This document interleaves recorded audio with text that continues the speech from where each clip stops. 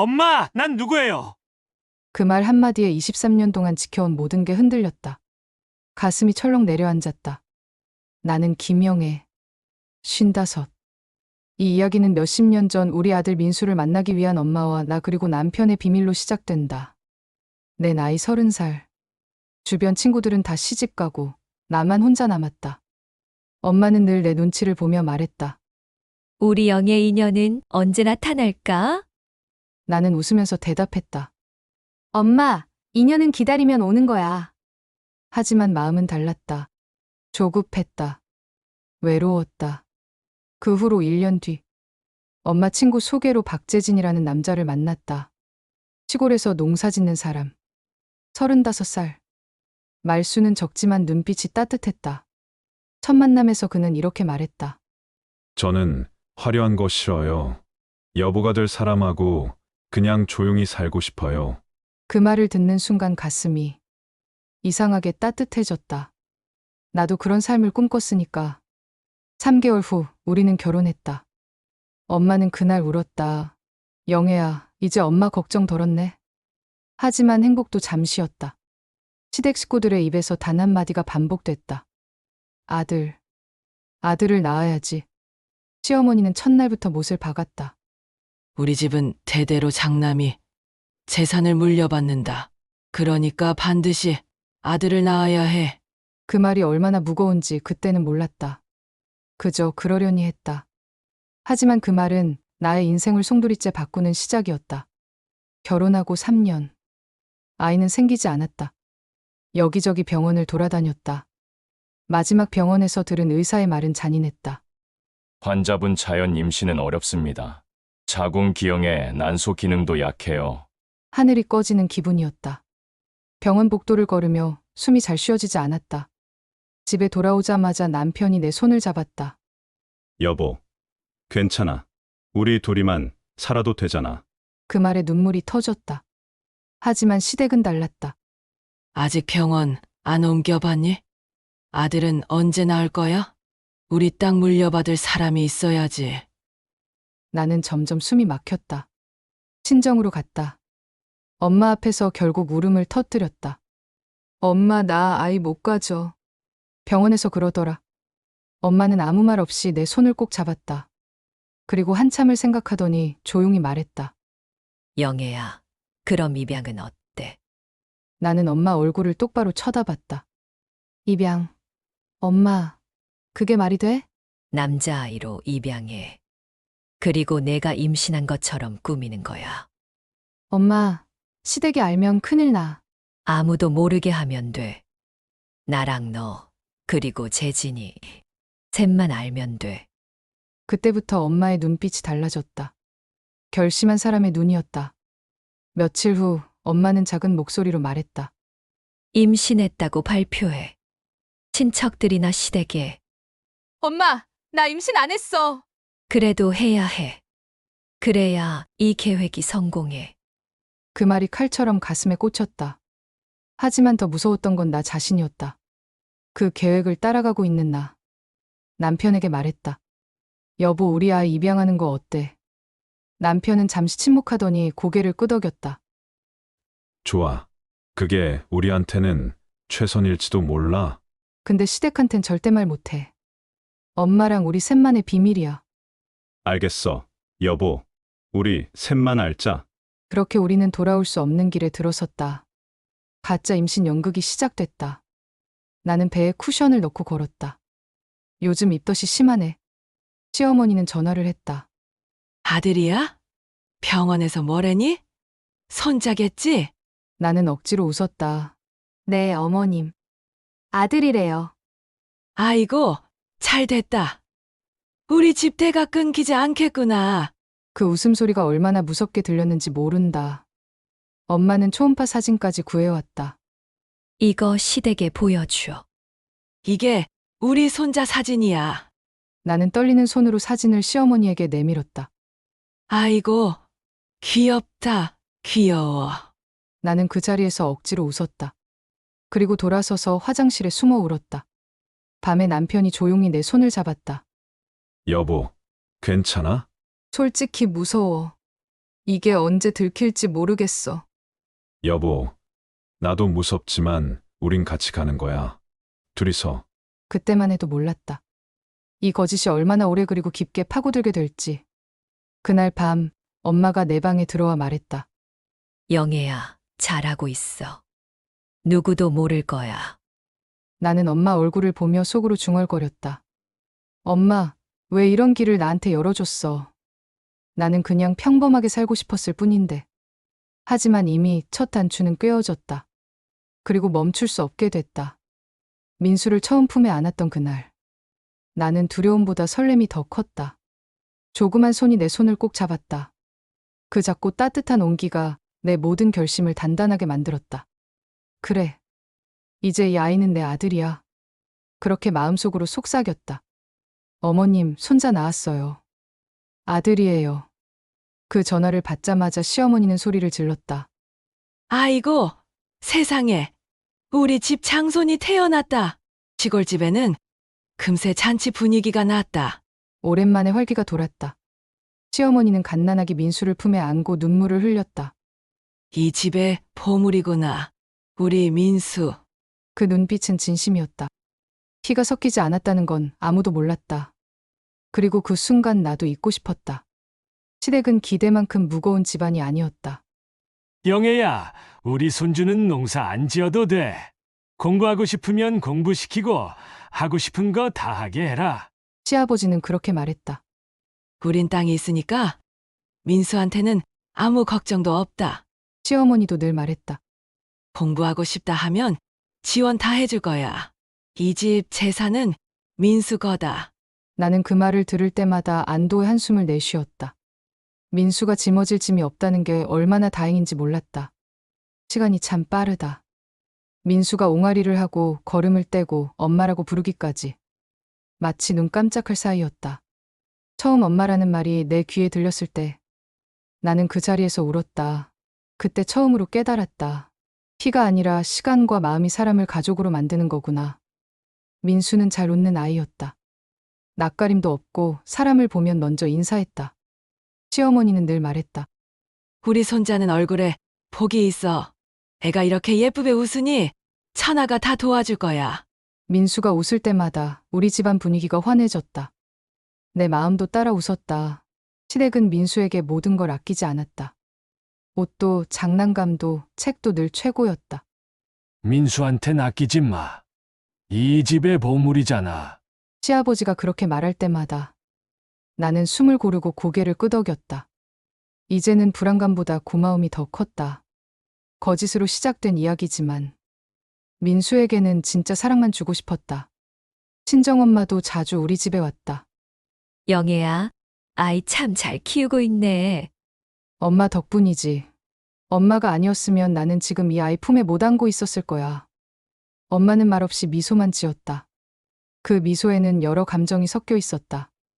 미안함도 고마움도 그리고 무엇보다 안도감이 있었다. 민수는 유난히 따뜻한 아이였다. 어릴 때부터 할머니한테 안겨 책 읽어달라고 조르곤 했다. 시어머니는 그런 민수를 너무나 예뻐했다. 이 아이는 복덩이야. 우리 집이 이 아이 덕분에 웃는다. 나는 그 말을 들으며 속으로 중얼거렸다. 맞아. 이 아이가 우리 모두를 바꿔놨다. 시간이 흘러 민수가 초등학생이 됐다. 학교에서 상을 받아올 때마다 시댁은 잔치를 벌였다. 우리 손자가 상을 받았다잖아. 시아버지가 동네에 자랑을 하고 다닐 정도였다. 민수는 똑똑하고 정이 많은 아이로 자라났다. 그 무렵 나는 깨닫고 있었다. 처음엔 불안했지만 이제는 나 스스로도 입양이라는 사실을 잊고 살고 있다는 걸 친정엄마에게 말했다. 엄마, 나 요즘은 민수가 진짜 내가 낳은 애 같아. 아니, 진짜 네 아들이야. 아, 엄마는 천천히 고개를 끄덕였다. 영애야, 낳는 것만이 부모가 아니야. 키우는 것도 부모야. 너는 이미 엄마야. 그 말이 가슴 깊숙이 박혔다. 나는 조용히 고개를 숙였다.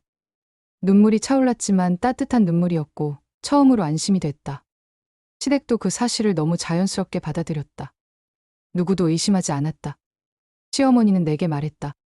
영애야, 내가 우리 집에 들어와서 제일 잘한 일이 민수 낳은 거야. 그 말을 듣는 순간 가슴이 미묘하게 떨렸다. 나는 낳지 않았다. 하지만 그 누구보다 이 아이를 사랑하고 있었다. 민수의 눈빛은 항상 맑았다. 아무것도 모르는 아이의 맑은 눈빛이었다. 그리고 나도 그 눈빛을 볼 때마다 입양이라는 단어를 잊었다. 남편도 마찬가지였다. 여보, 민수 없었으면 우리 삶이 어땠을까? 글쎄 상상도 못하겠네. 우린 정말 잘했어. 여보, 고마워. 그때 나는 처음으로 스스로를 용서할 수 있었다. 그래. 우린 잘 키우고 있는 거야. 민수가 중학생이 되면서 시댁의 태도는 더 따뜻해졌다. 민수는 공부만 해. 나머진 우리가 다 해줄게.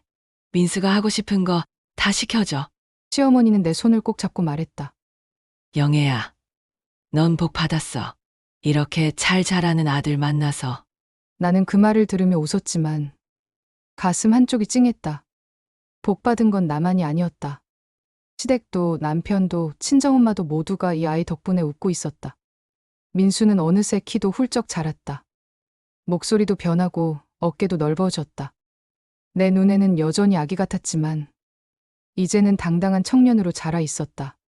엄마, 저 장학금 받았어요. 그 한마디에 눈물이 났다. 민수는 정말 자랑스러운 아이였다. 나는 점점 더 확신하게 됐다. 이 아이가 내 인생의 가장 큰 선물이라는 걸. 처음엔 거짓으로 시작했지만 시간이 모든 걸 진짜로 만들어줬다. 그리고 마음 한구석에 있던 불안도 조금씩 옅어지고 있었다. 지금 이 순간만큼은 세상이 완벽했다. 시간은 참 빠르다. 민수가 처음 내 품에 안겼던 날이 엊그제 같은데 이제는 23살이 되어 있었다. 그 사이 엄마는 여든이 되셨다. 한때 누구보다 부지런하시던 분이 이제는 자꾸 잊는다. 처음엔 단순한 깜빡임이었다. 영애야, 민수는 언제 오니? 몇 분 뒤 똑같은 질문이 돌아왔다. 나는 그때만 해도 그저 나이가 들어서 그러려니 했다. 하지만 점점 이상했다. 불 꺼진 가스레인지에 손을 얹고도 아무렇지 않게 웃었다. 이미 밥을 먹고도 배고프다고 밥을 찾았다. 병원에서는 짧고 차갑게 말했다. 초기 치매입니다. 나는 의자에 앉아 아무 말도 할 수 없었다. 옆에서 남편이 조용히 내 손을 잡았다. 여보, 괜찮아. 우리가 지키자. 그때까지만 해도 나는 몰랐다. 이 치매가 내 인생을 통째로 흔들 줄은. 엄마 상태는 빠르게 나빠졌다. 아침에 밥을 먹고 점심에 또 밥을 차려놓고 민수가 대학 간 것도 잊었다. 민수는 언제 학교 가? 엄마, 민수 대학 지금 다니고 있잖아요. 그래, 그랬나? 나는 엄마를 혼자 둘 수 없었다. 하루 3번 들렀고 밤에는 간병인을 붙였다. 남편은 일을 줄이고 도왔고 민수도 시간 나면 할머니 댁에 방문했다. 하지만 점점 증상이 심각해지고 혼자 계실 수 없어 요양병원으로 입원하셨다. 그러던 어느 날이었다. 어느 날 시골에서 올라오신 시어머니가 엄마 얼굴을 본다고 병원에 방문하셨다. 내가 늦어 시어머니가 먼저 병문안을 가셨다. 엄마는 침대에 앉아 창밖을 멍하니 바라보고 있었다. 시어머니는 의자를 당겨 앉으며 웃으셨다. 사돈 요즘 좀 어떠세요? 엄마는 고개를 천천히 돌렸다. 그리고 마치 20회 전으로 돌아간 사람처럼 말했다. 그때 내가 입양하자고 했지. 시어머니의 표정이 굳었다. 네, 엄마는 느릿느릿 계속 말했다. 영애가 임신도 안 하고 입양해서 데려온 거잖아요. 시댁 몰래 내가 다 계획 짰지. 시어머니는 그 자리에 얼어붙었다. 눈동자가 흔들렸다. 입양. 엄마는 이미 다른 시절로 가 있었다. 그때 민수 얼마나 울었는지 몰라요. 우리가 아들 낳았다고 다 속였잖아. 하하. 웃음소리마저 쓸쓸하게 울렸다. 그때 병실 문 앞에 도착한 민수는 그 대화를 문틈으로 들었다. 발이 굳어버렸다. 입양? 세상이 뒤집히는 소리가 났다. 그날 저녁, 나랑 남편 우리 가족 모두 시댁으로 불려갔다. 시댁 거실은 얼음장처럼 싸늘했다. 시어머니는 식탁을 세게 내려쳤다. 23년 동안 우리를 속였다는 거야? 시아버지는 침묵 속에서 술잔을 내려놨다. 우린 손주라고 믿고 땅도 넘길 준비까지 했어. 그런데 그게 다 거짓이었어? 나는 말문이 막혀 아무 말도 할 수 없었다. 눈물이 멈추지 않았다. 어머니 전 그냥 시어머니의 목소리가 터졌다. 구리 속여놓고 그냥이라고? 어머니 그땐 애를 가질 수 없었고 그 말을 했어야지. 우린 진심으로 민수를 핏줄이라 믿었다고. 민수는 방문을 살짝 열고 그 말을 듣고 있었다. 핏줄. 그 단어가 낯설고 또 잔인하게 들렸다. 내가 울고 시어머니가 소리치고 아버지가 한숨을 쉬고 있었다. 그 모든 소리가 민수의 가슴을 찢고 들어왔다. 그날 밤 민수는 방에 들어오지 않았다. 어둠 속 마당에 앉아 있었다. 남편이 다가와 앉았다. 민수야, 들어가자. 민수가 입술을 깨물었다. 아빠, 사실이에요? 입양 진짜예요? 남편은 한참을 말없이 앉아 있었다. 그리고 조용히 고개를 끄덕였다.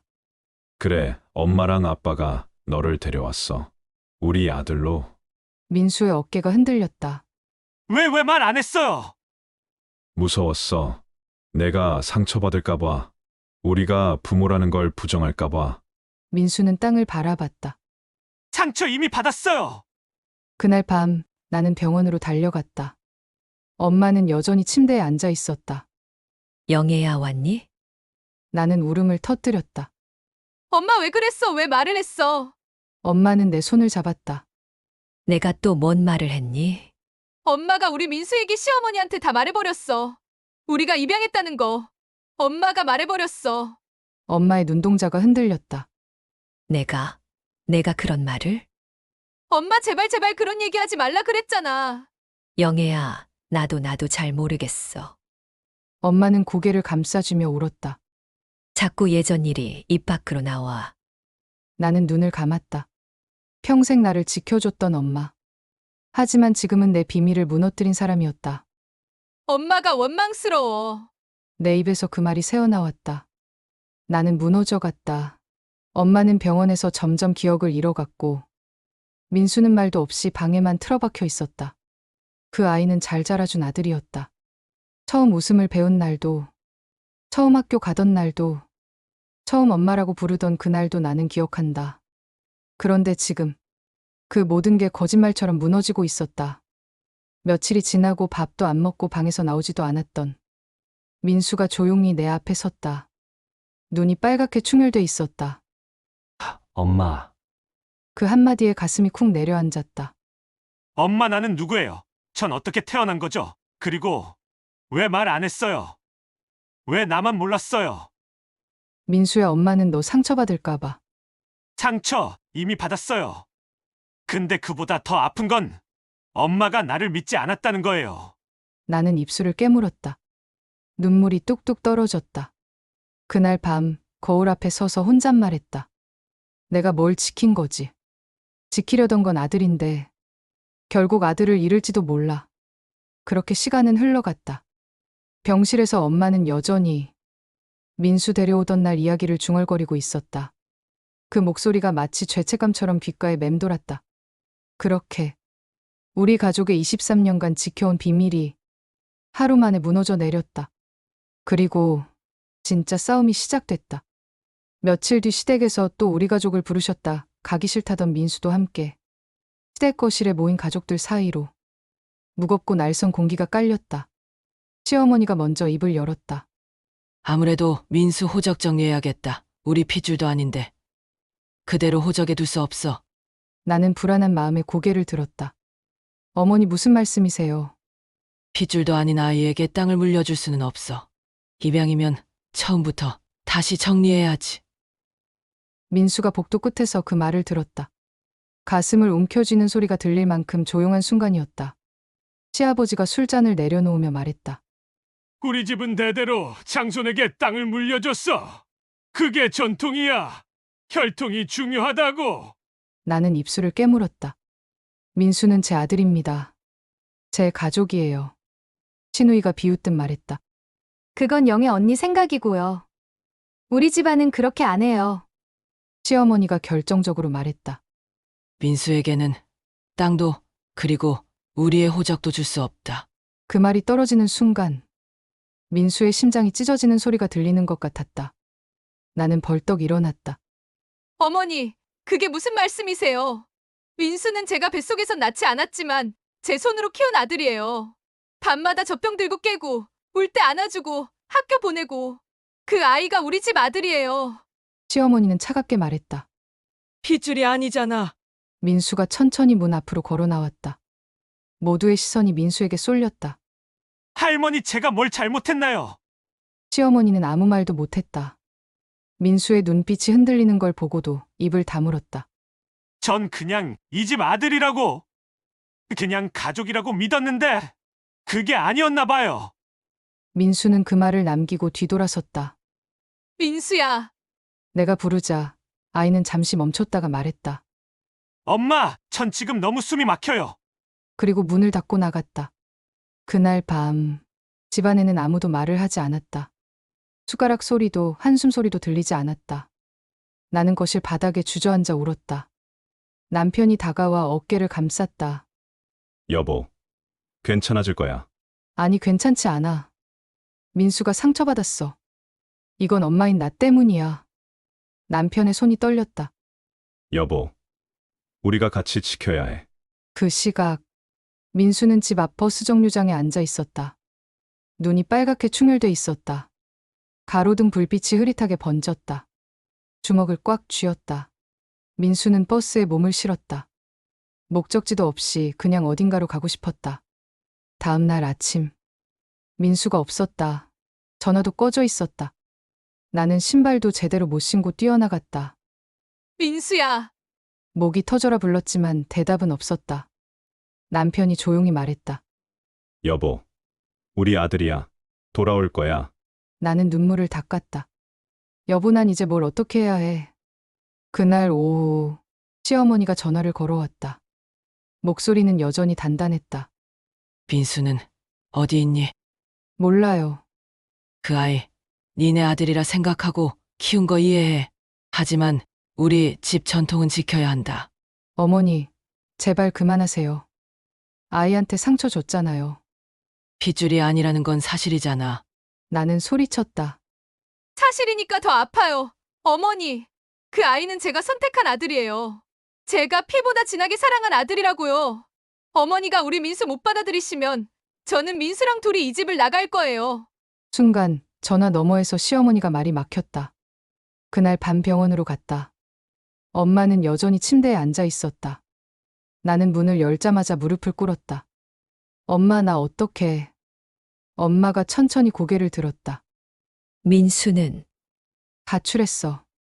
엄마가 말했던 그 한마디 때문에 엄마는 애기같이 엉엉 울기 시작했다. 미안하다, 영애야. 엄마가 다 망쳤지. 나는 울면서 말했다. 엄마, 원망했어. 그 말을 듣는 순간 나 엄마까지 미웠어. 엄마가 내 손을 잡았다. 그리고 치매 걸리기 전 엄마의 또렷또렷한 음성으로 말했다. 민수는 영애, 네 아들이야. 꼭 낳았다고. 엄마가 아니야. 네가 사랑으로 키웠잖아. 시간이 널 엄마로 만든 거야. 그 순간 나는 깨달았다. 이 싸움은 땅 때문도 혈육의 문제도 아니었다. 가족이란 게 뭐냐는 싸움이었다. 민수가 없는 집안은 텅 비어 있었다. 시어머니의 목소리도 내 울음도 모두 같은 곳으로 흘러가고 있었다. 그날 이후 우리 가족은 서로의 마음을 들여다보기 시작했다. 피가 아닌 진심이 부딪히는 싸움이었다. 민수가 집을 나간 지 이틀째였다. 제 안은 조용했다. 숟가락 소리도 발소리도 들리지 않았다. 나는 문 앞에 앉아 하염없이 밤을 새웠다. 남편이 조용히 담요를 덮어줬다. 여보, 조금만 믿자. 민수야 돌아올 거야. 그 말에도 마음은 가라앉지 않았다. 이틀 전 아이의 눈빛이 머릿속에서 떠나질 않았다. 숨이 막혀요. 그 말 한마디가 칼처럼 꽂혀 있었다. 그날 오후 시어머니가 집으로 왔다. 문을 열자마자 한숨부터 내쉬셨다. 영애야, 민수는 소식 있니? 아직이요. 시어머니는 거실에 앉아 한참 말이 없었다. 그리고 아주 조용히 말했다. 그날 내가 말을 심하게 했지. 나는 눈을 떴다. 어머니, 핏줄이 아니라고 말했던 거. 내가 민수를 손주로 안 본 건 아니야. 그냥 오래된 생각에 매여 있었던 거야. 목이 메었다. 시어머니가 이렇게 말할 줄 몰랐다. 민수가 어릴 때부터 얼마나 잘 웃었는지 내가 제일 잘 알지. 그 아이는 우리 집 손주야. 그건 변하지 않아. 나는 울음을 삼켰다. 어머니 그 말 너무 늦었어요. 시어머니는 손을 꽉 쥐었다. 늦었어도 해야 하는 말이야. 그날 저녁 낯선 번호로 전화가 걸려왔다. 엄마, 민수였다. 민수야. 엄마, 저 제주에 있어요. 생각 좀 하려고요.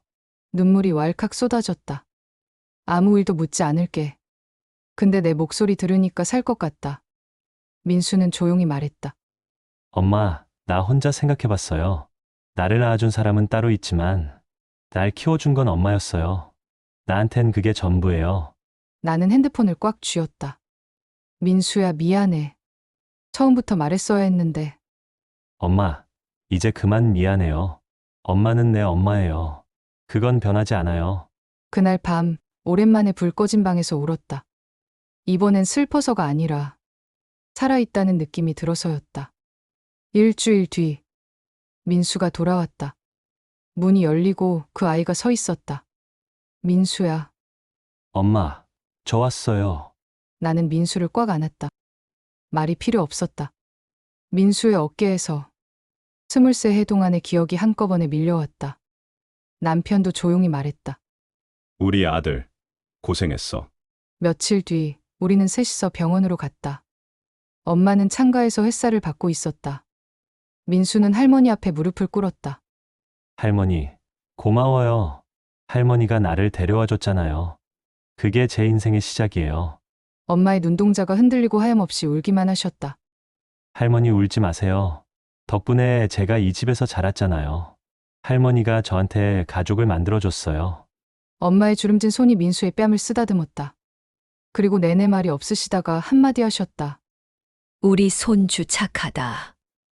그날 엄마는 오랜만에 환하게 웃었다. 햇살이 아주 부드럽게 비쳤다. 그리고 며칠 후, 엄마는 조용히 눈을 감았다. 오랜 시간 내 편이었던 사람. 모든 걸 지켜준 사람. 내 인생의 뿌리였던 사람. 장례식 날, 시어머니는 민수 곁에서 말씀하셨다. 민수야, 할머니가 잘못했다. 핏줄이 아니라도 넌 우리 손주야. 영원히. 민수는 고개를 숙였다. 할머니, 감사합니다. 그 손을 잡는 순간, 오랜 앙금이 서서히 녹아내렸다.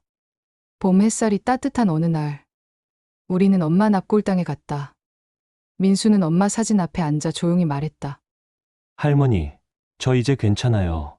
진실이 아프긴 했지만 그 진실 덕분에 제 마음이 커졌어요.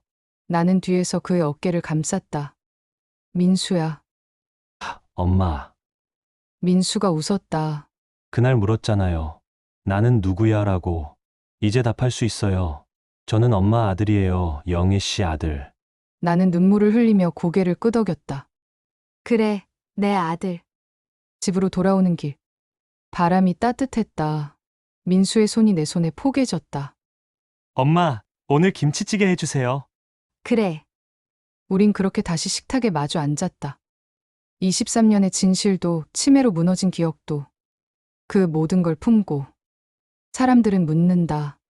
핏줄이 아니면 가족이냐고. 나는 이제 대답할 수 있다. 가족은 피로 이어지는 게 아니라 시간으로 만들어지는 거라고.